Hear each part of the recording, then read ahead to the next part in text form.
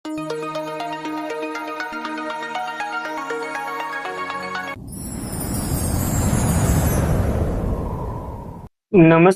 ગુજરાતના અધિકારી મિત્રો, આજે આપણે 4 જૂન 2026 નું મોસ્ટ ઇમ્પોર્ટન્ટ કરંટ અફેર એની સાથે સાથે જીકે અને જીએસ વિશે ચર્ચા કરવાના છે. તો ખાસ કરીને ચેનલ ઉપર નવા હોય તો ચેનલને સબસ્ક્રાઇબ કરી લેવી, વિડીયો પસંદ આવે તો લાઈક કરવો અને તમારા મિત્રો સુધી અવશ્યથી આ ક્લાસ શેર કરી દેવો. ચલીએ આજના ઇમ્પોર્ટન્ટ ક્લાસની આપણે શુભ શરૂઆત કરી દઈએ. તો દર વર્ષે કયા દિવસે વૈશ્વિક માતા પિતાનો દિવસ ઉજવવામાં આવે છે? તો 1 જૂને ઉજવવામાં આવે છે. 1 જૂને આપણે એક દિવસ તો જોઈ ગયા હતા, વિશ્વ દૂધ દિવસ. તો એ અને આ 2 દિવસો મહત્વના છે, તો યાદ રાખી લેવા. બાળકના ઉછેર, માતા પિતા અને સંભાળ રાખનાર સમર્પિત બલિદાન ઓળખવામાં આવતું તેનું સન્માન માટે દર વર્ષે 1 જૂને આપણે વૈશ્વિક માતા પિતાનો દિવસ ઉજવીએ છીએ. યુનિસેફ દ્વારા જે જાહેર કરાયેલ 2026ની થીમ તો કે માતા પિતા સાથે માટે સાથે એવું છે. આ થીમ બાળકોના જીવનમાં મજબૂત શરૂઆત સુનિશ્ચિત કરવા અને સંભાળ રાખનારના સમય, સમર્થન અને સંશોધનને પૂરા પાડવા માટે મહત્વનો ભાર મૂકે છે.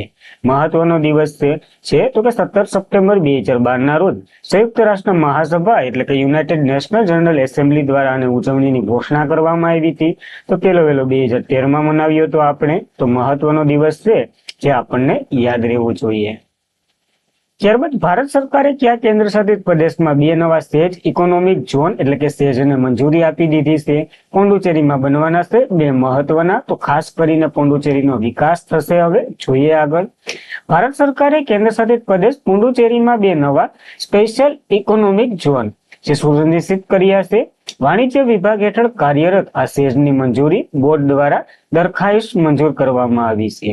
શહેરી સ્થાનિક સંસ્થા છે એના દ્વારા વિકસાવવામાં આવશે આ સેજ જે સ્પેશિયલ ઇકોનોમિક ઝોન એનું ફૂલ ફોર્મ થાય. આ સુનિશ્ચિત ઝોન એક જે આઈટીએસ સેજ ઓલગેટ નગરપાલિકા દ્વારા થડઘાટ જે સાવડ છે ને ગામ ત્યાં બનાવવામાં આવી રહ્યા છે. તો મહત્વનું છે અને આ પહેલી વાર થયું છે કોઈ નગરપાલિકા સેજનો વિકાસ કરી રહ્યું હોય તો એ આપણું પોંડુચેરીનું નગરપાલિકા છે એટલે મહત્વનું છે. હવે સ્પેશિયલ ઇકોનોમિક ઝોન એટલે કે સેજ એટલે હું આપણે ખબર જ છે પેલું ઇકોનોમિક ઝોન આપણને મળેલું છે એટલે કંડલા પોર્ટ છે. જે સ્પેશિયલ ઇકોનોમિક ઝોન છે જેમાં ભૌગોલિક નિર્ધારિત ડ્યુટી ફ્રી એક્સેલન્સ હોય. ટૂંકમાં કંપનીઓ વિદેશથી અહીંયા આકર્ષાય ને એના માટે ઓછા ટેક્સો વગેરે જેવી જમીનની ઓછી પ્રોસેસો વગેરે જેવા ડોક્યુમેન્ટ ઓછામાં સારી એવી પ્રગતિ કરી શકે એવું હોય છે. અને ભારતના સાર્વભૌમ પ્રદેશ અંદર આ વેપાર, કામગીરી, ડ્યુટી એટલે કસ્ટમ ડ્યુટી, ટેરિફ હેતુ વગેરે ઓછા માત્રામાં હોય. હાવ બનતો ન હોય, ફ્રી તો ન જ હોય, ઓછી માત્રામાં કરી દે એને સેજ કહેવાય છે.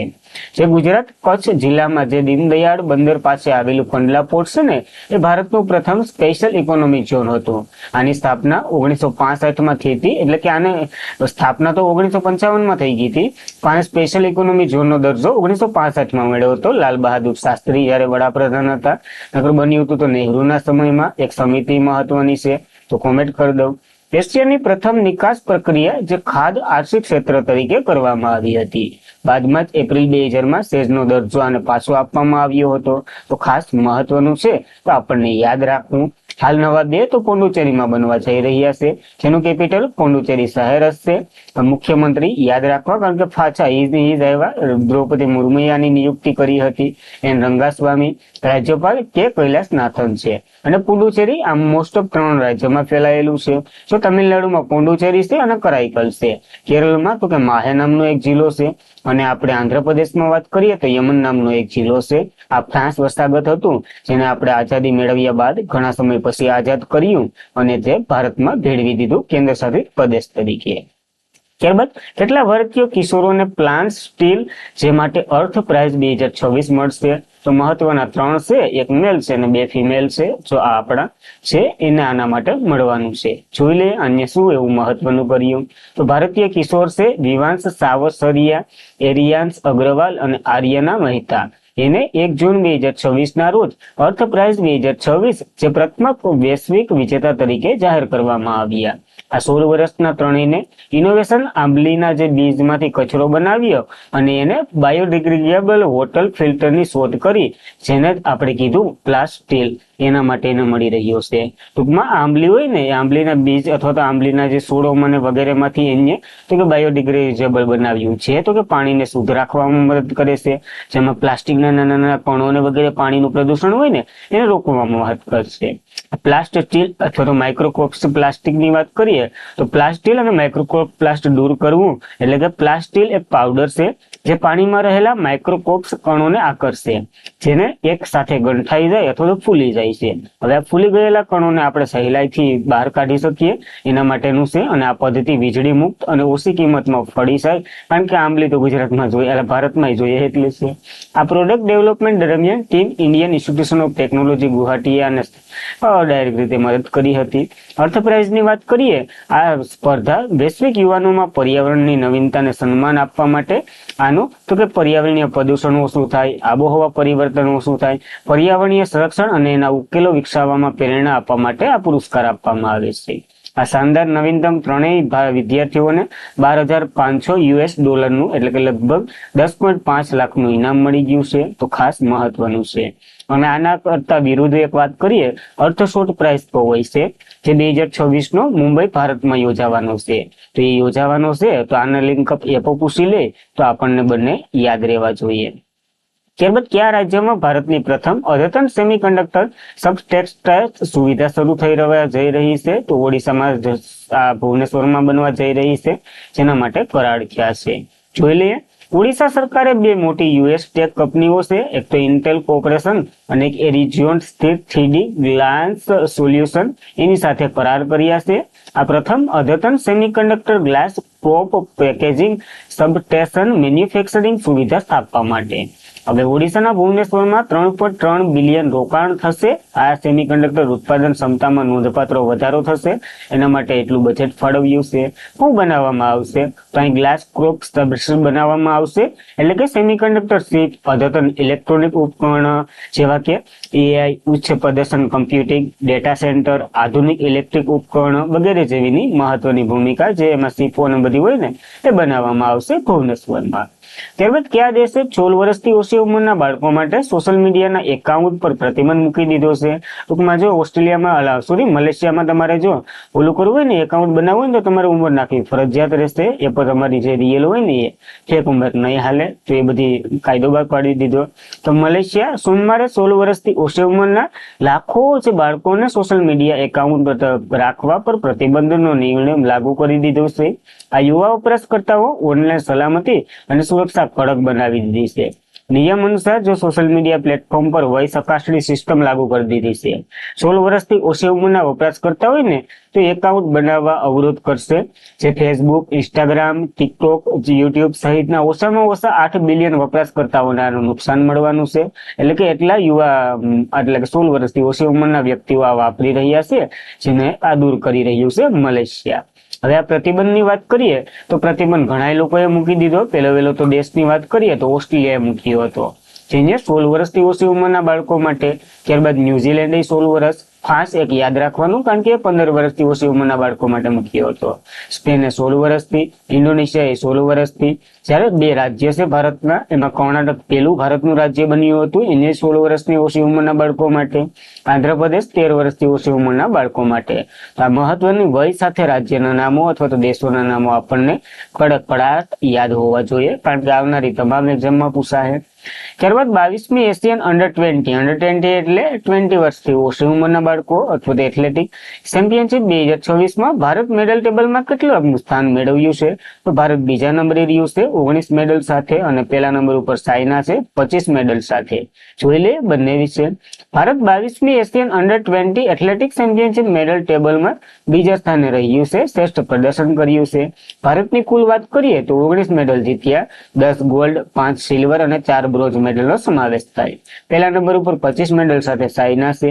હવે અંડર-20 એથ્લેટિક ચેમ્પિયનશિપ 2026 જે 22મી આવૃત્તિ હતી, 28 થી 31 સુધી ચાલી હતી, હોંગકોંગ ખાતે યોજાઈ હતી.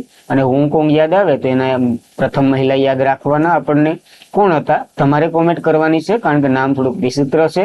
તો તમે કોમેન્ટ કરો તો તમને યાદ રહી. અને એ ચાઇનાના મિશનમાં ગયા છે, પેલા સ્પેસ સ્ટેશનમાં જનાર પ્રથમ હોંગકોંગ બન્યા છે, તો આપણને યાદ રહેવું જોઈએ. જ્યારે વર્લ્ડ 20 એથ્લેટિક્સ ચેમ્પિયનશિપની વાત કરીએ એટલે કે વર્લ્ડ અંડર 20 એથ્લેટિક્સ ચેમ્પિયનશિપ એ 5 થી 9 ઓગસ્ટ દરમિયાન યોજાવાની છે, ત્યાં તો કે યુએસ ઓરેંગે યુનાઇટેડ સ્ટેટમાં. તો એ એક ઇવેન્ટ પાની સાથે યાદ રાખવી, કારણ કે આના લિંક કપસ છે તો આપણને યાદ રહેવું જોઈએ. ત્યારબાદ રાજનાથસિંહે ક્યાં નૌસેના સૂર્ય વાટિકા નૌસેના સ્મારકનું ઉદ્ઘાટન કર્યું છે, તો લખનૌમાં આ ઉદ્ઘાટન કર્યું છે. ખાસ મહત્વનું બની રહ્યું છે આ સંગ્રહાલય. તો કેન્દ્રીય સંરક્ષણ પ્રધાન રાજનાથસિંહ છે એને શનિવારે લખનૌના ઉત્તર પ્રદેશમાં યોગી આદિત્યનાથ સાથે મળી નૌસેના સૂર્ય વાટિકા એક ખુલ્લું નૌકાદળ સંગ્રહાલયનું ઉદ્ઘાટન કર્યું છે. અને આ બધાને એન્ટ્રી મળે છે જે નૌકાદળના પ્રદર્શનો રાખવામાં આવ્યા છે. શ્રી રાજનાથસિંહે સંગ્રહાલય દેશભક્તિ અને લશ્કરીનું ગૌરવનું પ્રતીક ગણાવ્યું છે. આ એક ખુલ્લું સંગ્રહાલય છે જ્યાં ભારતીયની બહાદુરી, ઇતિહાસ, સિદ્ધિઓ વગેરે પ્રદર્શન લેનારોને તો કે બધી સિદ્ધિઓ અને યુદ્ધ ને બધી જોવા મળશે. અહીંયા એના હથિયારો બધી રાખેલું છે એ પણ જોવા મળશે. એમાં મહત્વનું એક આઈએનએસ ગોમતી છે, જે તો કે લોકોને નૌકાદળ જહાજ વિશે ખ્યાલ આપવા નિવૃત્ત યુદ્ધ જહાજ છે આઈએનએસ ગોમતી, એ અહીં મુખ્ય મૂકવામાં આવ્યું છે. બીજા સાધનોમાં વાત કરીએ, એન્કર છે, AK-726 બંદૂક છે, સબમરીન વિરુદ્ધ સાધન છે, જહાજ પોપ્યુલર, એ બધી તમારી માહિતી માટે છે. આવા નામોનો પૂછાય તો આપણને એકવાર જોઈ લેવા. ત્યારબાદ કયા રાજ્યથી કેન્દ્રીય મંત્રી છે મનોહરલાલ એને સ્વસ્થ મોબાઈલ એપ શરૂ કરી છે, તો પશ્ચિમ બંગાળનો હવે થોડો વિકાસ કરશે ભાજપ સરકાર, તો પોર વાંધો ન આવે તો જોઈ લઈએ. સ્વસ્થ સુધારા અને નાગરિક સમસ્યામાં વધુ ઝડપી ઉકેલવા માટે સમગ્ર પશ્ચિમ બંગાળમાં એક નવી સ્વસ્થ મોબાઈલ એપ્લિકેશન શરૂ કરવામાં આવી છે. આ કેન્દ્રીય આવાસ અને શહેરી મંત્રી બાબતોના મંત્રાલયના મંત્રી છે મનોહરલાલ એને કોલકાતા એક સ્મારકથી આ એપ્લિકેશનનું ઉદ્ઘાટન કર્યું છે. હવે નામ ઉપરથી તમને ખબર પડી આનું કામ શું હોય, તો નાગરિકો દ્વારા એટલે કે ગટોરોના પાણી ભરાયેલા હોય, કચરા અથવા તો ડ્રેનેજ સમસ્યાઓ હોય, આવી વગેરે સમસ્યાના આના ફોટો અપલોડ કરવાના, જે તમારું લોકેશન ટ્રેક કરશે અને આનું નિરાકરણ 2 કલાકમાં કરે એવું આ મનોહરલાલ ખટ્ટરે કીધું છે. મને શંકા છે, કારણ કે 2 કલાકમાં જોઈએ હવે. ત્યારબાદ મિશન ક્લીન પાઇનેપલ એ કયા રાજ્યએ શરૂ કર્યું છે, તો ત્રિપુરાએ શરૂ કર્યું છે, કારણ કે ત્રિપુરા મેરે એક એવું પાઇનેપલ છે જે જીઆઈ ટેગ વાળું છે. તો ઉત્તર પૂર્વ ક્ષેત્રના વિકાસ મંત્રાલયે 234 કરોડના ખર્ચે ત્રિપુરા મિશન ક્લીન પાઇનેપલ શરૂ કર્યું.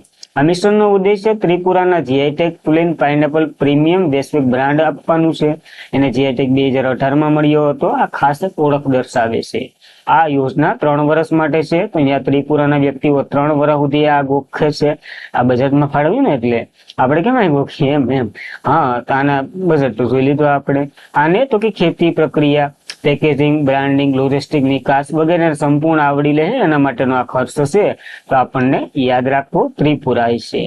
ત્યારબાદ કયા ક્ષેત્ર સાથે સંકળાયેલા સુમન કલ્યાણપુરમનું 89 વર્ષની વયે અવસાન થઈ ગયું છે, તો સંગીત સાથે સંકળાયેલા હતા, એટલે ગાયન એટલે કે લોકગાયક તો ન કહેવાય શકાય, બધી ગાતા હતા એટલા માટે. પ્રખ્યાત ગાયિકા સુમન કલ્યાણપુરીનું ગઈકાલે મુંબઈમાં સ્થિત નિવાસસ્થાન પર અવસાન થયું છે, જેની ઉંમર 89 વર્ષ હતી. 1925 થી 1970ના દાયકાની ફિલ્મો મહત્તમ તો કે સ્વર્ગ યુગ દરમિયાન હિન્દી, મરાઠી અને અન્ય ઘણી ભાષાઓના એમને ગાયન માટે જાણીતા છે. 28 જાન્યુઆરી 1937ના રોજ બાંગ્લાદેશમાંથી ઢાકા જન્મેલા આ મહિલા જે લતા મંગેશકર જેવો જ એનો એવોર્ડ હતો. ઘણા એના પુરસ્કારો મળેલા છે, જેમ કે 2009માં મહારાષ્ટ્ર દ્વારા લતા મંગેશકર પુરસ્કાર, 2023માં પદ્મભૂષણ યાદ રાખવો, 2024માં મહારાષ્ટ્ર ભૂષણ મહત્વના એવોર્ડો છે. અને તમે આના ગીતો સાંભળેલા જ હશે, જેમ કે આજકલ તેરે મેરે પ્યાર કે સર સે હે હર જુબાન પર, નાના કરકે પ્યાર તુમસે પુકારા ઓ હમ ચલે આયે, એવા બધી મહત્વના ગીતો છે. તો ક્યાંક ને ક્યાંક તમારા નહીં તો તમારા પપ્પાએ સાંભળેલા જ હશે, તો મહત્વના છે, તો યાદ રાખવા આપણને. અને આજના માટે એટલું જ રાખીએ. ખાસ મિત્રો લાઈક કરો, શેર કરો અને અવશ્યથી સબસ્ક્રાઇબ કરી લો. કન્ટેન્ટ પસંદ આવતું હોય તો, નકર તો ટાઈમ પાસ કરવા વાળા તો ઘણા યુટ્યુબમાં મળી જાય. કાલનું રિવિઝન કરી લઈએ. વિશ્વ તમાકુ નિષેધ દિવસ 2026 તો કે 31 મે આપણે મનાવ્યો છે. આ મહત્વનો દિવસ ઇન્ડિયન પ્રીમિયર લીગ IPL 2026 નું 19મું સંસ્કરણ આરસીબીએ જીત્યું છે. કોને હરાવ્યું? ગુજરાત ટાઇટન્સને. નીતિ આયોગે શિક્ષણ રેન્કિંગમાં કયું રાજ્ય ટોચ ઉપર રાખ્યું છે? પંજાબને, કારણ કે અહીંયા ખાસ વિશેષતા ધરાવે છે. સાત્વિક અને ચિરાગની જોડીએ કયા ઓપનમાં ટાઇટલ જીતી અને પ્રથમ ભારતીય જોડી બની ગયા છે? સિંગાપુર ઓપન બેડમિન્ટનની ઇવેન્ટ હતી. ભારતીય હજ મિશનને કયા દેશના 2 પ્રતિષ્ઠિત લંબયામતુંગ એવોર્ડ મળ્યા છે? તો સાઉદી અરેબિયાના મળ્યા છે. મહત્વના છે. ભારતનું પ્રથમ બ્લુ બોન્ડ કોના દ્વારા જારી કરવામાં આવ્યું છે? સાગરમાળા જે ફાઇનાન્સ કોર્પોરેશન છે એ વાદળીનો વિકાસ કરશે. કયા રાજ્યના વલણુવારને food agriculture organisation soil form hero તરીકેનો એવોર્ડ આપવામાં આવ્યો? તમિલનાડુના છે, તો આપણને યાદ રાખવા પડશે. કૃષિ મંત્રી શિવરાજસિંહ ચૌહાણે આવતીકાલે કયા રાજ્યના માંથી ખેત બચાવ અભિયાનની શરૂઆત કરી રહ્યા છે? તો મધ્યપ્રદેશમાંથી આ શરૂ કરી રહ્યા છે. યાદ રાખવું. ભારતના કયા એરપોર્ટ પર તાજેતરમાં જ ઇન્ટિગ્રેટેડ વેધર ઇન્ટેલિજન્સ સિસ્ટમ સ્થાપિત કરવામાં આવી છે? દિલ્હીમાં, જે આગાહી કરશે ફ્લાઇટો માટેની કે ઉડો હવે. તો બસ આજના માટે એટલું જ રાખીએ અને ધન્યવાદ. આપણો કિંમતી સમય આપને આપ્યો એના બદલ હું દિલથી આભાર માનું છું આપનો. આજના માટે એટલું જ રાખીએ. જય હિન્દ, જય ભારત. લાઈક, શેર અને સબસ્ક્રાઇબ, PDF વગેરે માટે ટેલિગ્રામમાં અવશ્યથી જોઈન્ટ થઈ જવું. તો બસ એટલું જ રાખીએ. જય હિન્દ, જય ભારત. ધન્યવાદ.